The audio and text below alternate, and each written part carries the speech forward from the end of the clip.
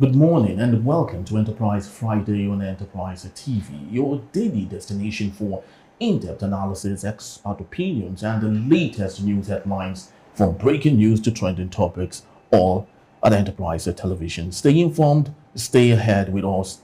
We do the best in bringing you the best of daily scoop on news and analysis. And would equally love to join you too. Please do visit our website at www.enterprisetvnews.com and also like, comment, and follow us on all our social media platforms at Enterprise TV7. In a bit, we'll be going to our newspaper headlines to see what we have for you this morning, and right after that will be our main conversation. Also, I am Henry Igubike. And I'm Choma Okoye. And our guest today in the studio to do justice to what we have for our newspaper headlines today, and if possible, join us on our main conversation, or Emeka Madunagu, a journalist and a public affairs analyst, and Barrister Vance Ufeli, a barrister at law and a public affairs analyst. Good morning, gentlemen. Hello. Good morning. And welcome to Enterprise Morning today. Choma, Yes, good morning. How are you? I'm good, thank you. Fine. So let's kickstart our newspaper reviews today. Interestingly, we have a trending a reportage here, and it's all about Betta. Use of ministries letterhead despite suspension, which is of course sparking a reaction. We have it authoritatively that on Saturday 13th of July 2024, Betta, who had been silent since her suspension, made a comeback with a condolence message to victims of the collapsed school building in Jos in her official capacity as the Humanitarian Affairs Minister by using the official letterhead of the ministry. And we have it also that in reaction to that particular action taken by her, several Nigerians have questioned the credibility of President Tinubu's fight against corruption and the effectiveness of the Economic and Financial Crimes Commission, EFCC, which was saddled with the responsibility to probe the ministry under the administration of Betta Edu. Emeka Madunagu. Is this surprising? It's surprising, but the thing is that the Tinubu administration has not shown sincerity towards Nigerians concerning Betta Edu's matter. You say someone is on suspension, but she was with the president on a foreign tour. You say someone is on suspension, but she has not been taken through the proper process of interrogation and investigation. Just being lip service. You just pay lip service to the allegation. So what it tells me is that she's just having a jolly time. She's been on extended vacation. You see the sad thing about this administration is that I wonder who thinks for them. Certain things to do. I wonder who are the strategic thinkers and what their policy, what the entire policy bill, make of is. If you want to return Betta Edu as minister, fine, do it. It's a priority. But of course, the odium will be with the administration. It's not with me. So if you don't want to bring her back, then I just go away. But using the letterhead, it's one of the strange things about this administration. It's not the same administration that brought back Ali Balogun, who was rejected at the 2023 election. She wanted the second term and she was rejected. Why? Because she allegedly distributed COVID-19 palliatives as souvenirs on her birthday. But the same Tinubu administration engaged such a person. Look at Matawali, Minister of Defense. He has a serious case with EFCC, but she made him minister. And some other cases like that. Is it Akpabio, Senate President, has a case with EFCC, said he was sick. He's been around, moving about freely. He doesn't have immunity. Has anybody arrested him? No. So, you see, if the administration wants to make a joke or try to get corruption like Buhari did, let them continue. There's no gainsaying. Yes, there's no gainsaying, obviously, that President Bola Ahmed Tinubu is a maker of friends and keeper of friends. But do you think this should play out, especially knowing that it's coming to the front burner in the public domain? Well, there's something we're missing out in this conversation.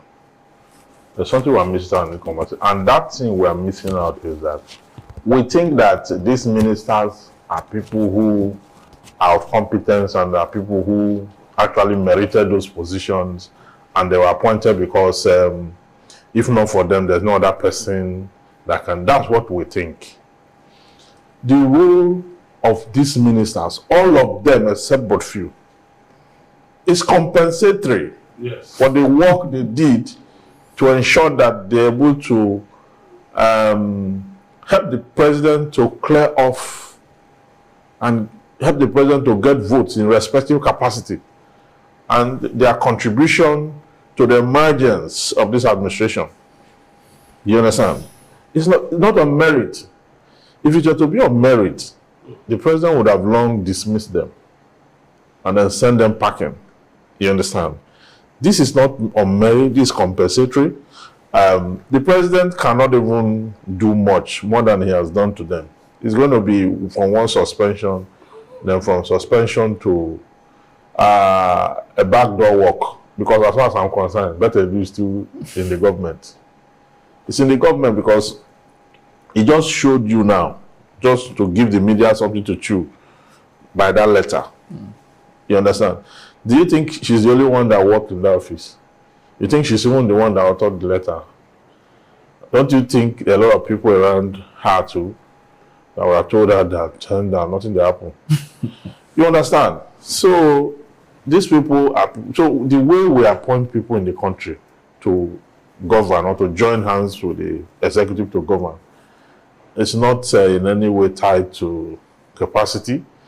It's not tied to competence. It's only, in fact, those roles were spelled out to you before you are sent to go and work for the party.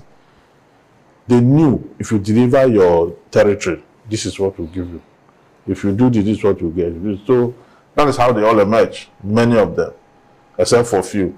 So for you to now begin to think for the president that he's supposed to throw them out of the window when the president still have ambition, and these people are likely going to help him to see through to that. We are not on the same page with the president. That's what I'm trying to say. Well, sorry, the same president has thrown some people out. Yes, he has thrown people out. I'm not saying the president don't have the capacity to throw people out. I'm saying the way they recruit these people is not on the basis of merit. Sure. You understand? It's not on the basis of merit.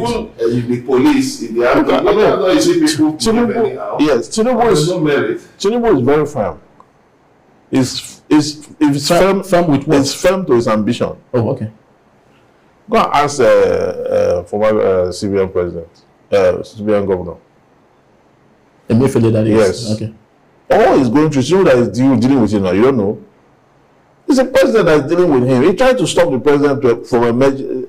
So what I'm trying to say is that Tinubu can take decision on Betta and all that. It's a small thing for him. He can throw them out completely. That's what I'm saying. But these are people who collaborated with him. Who, if any of them had been part of those who tried to stop him, ask the people who did that, and all of them have been thrown out of this government. Many of them were not even returned in the first place. Okay. So Okay, thank you. Without wasting much time, let's get into another national daily on our desk, and that's the Daily Times. The big story here: Labour accepts federal government offer of 70,000 naira as new minimum wage. Yes, and also we have on the bottom strip of the same newspaper, Atiku accuses Tinubu's government of exhibiting despotic traits, and says a National Assembly is enabler of executive recklessness. Moving on, federal government will complete inherited projects in spite of fund challenges that is coming from Mahi. And also we have the honorable members agree to reduce their salaries for 6 months to tackle hardship in Nigeria. I think JAMB releases cutoff marks for 2024-2025 admission. All right, John, over to you. Yeah, federal government will complete inherited projects in spite of fund challenges that is coming from Mahi. Do we say that there is fund challenges looking at the recent budget that they're about to get? 6.2 trillion. 6.2 trillion naira. Over to you, Bryce. it has not been approved now. Yes, in as much as it has not been approved, before now they've gotten a particular amount that was supposed to be used for the coastal roads, but the project is on hold because from the recent it can't go through. Now, where is the fund? If man is saying that there is fund challenges, where is that particular fund? Where has it been channeled to? Which project have they used it on? All the vermin that this government have done, if they've done any, none of them is in the public domain. You understand?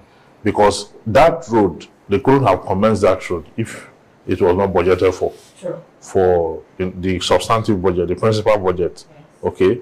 So the question you're asking is the same question I'm asking. You know, we are both not in government. So you don't know where the fund is. I don't also know where the fund has gone to.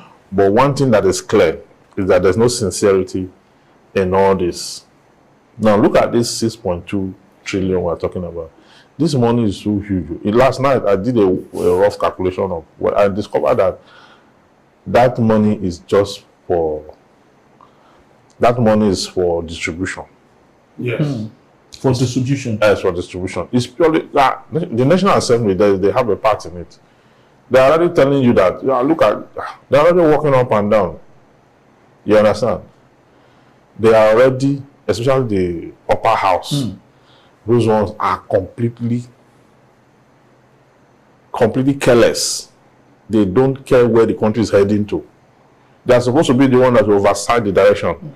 They don't care at all. It's even the House of Rep. They are the ones that are even a little bit amenable. Yeah. They are the ones talking about reducing their salary to do nonsense. Calculate 180 million naira to they just put themselves on the spotlight for the first persons that will be attacked during the protest. Because all they are doing is nonsense. So, but if you now look at it, you will just notice that 6.2 is so much money. You converted it to dollars yesterday. Yes, and all that. Yeah. That is what some country, that is a 5 years budget of some countries, especially the Francophone countries. Now that is what they want to use. They say ongoing projects and government programs. That's the 3.2. Then the other 3 trillion. They now talk about the recurrent. Okay? This recurrent, 70,000 you just say you want to pay these people. 70,000, right? Yeah. So,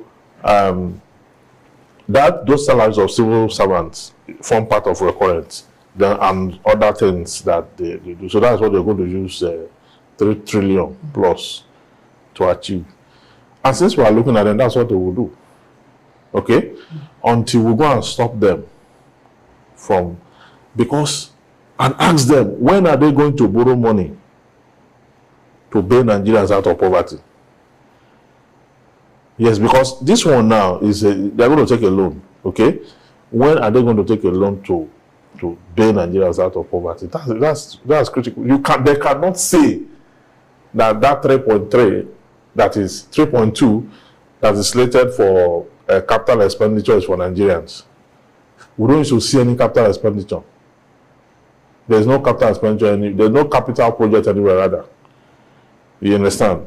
Because what they believe is that once they tie a road, which they just award contract, then go back and collect the money from the contractor and give him a share. That's what they do. They believe that when they tie a road that they have worked for Nigerians. But we have not worked for anybody. When they build an airport, they will come and tell us that they build an airport. The airport is for who? Who is flying to where? So they should not be telling us all that. This is not good for us at all. Very true. All right, so let's just move on to there's the Leader Punch newspaper. The big story there: minimum wage announced gets a bill Tuesday as Tinubu Labour agree on 70,000 naira. Okay, moving on. The top strip of the Punch newspaper on crude supply. Federal government continues fuel importation as reps probe IOCs. Yes, and also on the top strip of the same newspaper, CBN resumes BDC dollar sales and naira weakens to 1,570 to the dollar. Customs intercept 3.6 billion naira bulletproof jackets, drugs in Ogun. Details are on page 22. Emeka, let's talk about the BDC, dollar / the naira rate. The CBN resumes the BDC dollar sales as naira weakens to 1,570 to the dollar. It's just a makeshift approach by the CBN governor. How long would this take? And from your knowledge and experience, what do you think is the most important thing, apart from increasing production in the country, that would help the naira appreciate? They should just, it has gone to 1.6 overnight. Okay. I think what they need to do, they won't take my advice, but they should bring Emefiele out and apologize to him. That's all. And that would no, just follow me. Okay. Bring Emefiele out, apologize to him, sit with him at the conference, right? Private conference, and let him tell you what he did to keep the naira at 750 for a long while. You see, these things are about government measures taken by government. You understand? Fela sang as a government magic. Now government can present, white as another color. You understand? That's why government has power. You get it may not make sense, to many of us, but the point is that Nigerians want to be able to put food on the table. So however the government does it, that's what they don't care. But just put food on their, make sure that they can have, food on their tables. So Emefiele took certain measures. They were deliberate, but people were criticizing that it was wrong, it was this. But you know the funny thing? This government has come full circle back exactly to what Emefiele was doing, defending the naira. Now they had their own way, even with all the corruption that was going on that Buhari. Honestly, Emefiele should be commended because that he was able to still keep the naira, somehow this way and that way. The Buhari was advised to float the naira, but he refused to do that. These people came in just quickly, 2 killer punches that they, applied to themselves. They removed subsidy, they floated the naira. You can't do that because one, every day we lose 1 million barrels of crude, to theft, allegedly as a claim. So $1 million calculated at $82 per barrel. You can imagine what Nigeria loses every day, and then that is your key export, which you ought to, guard very jealously. What have you done? Buhari did some forward borrowing with crude that has not even been exploited. Tinubu has done the same thing too. Tinubu has done the same thing. Ways and means that we criticized, that Buhari used to raise 23 trillion. Tinubu has also done that. He did that in January this year. So everything that Emefiele did, and they criticize everything they have done even in excess.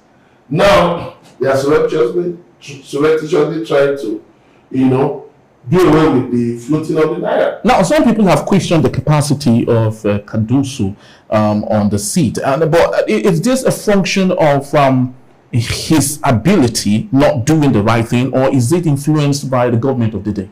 See, propaganda, lies cannot make help any government succeed. You have to face the reality.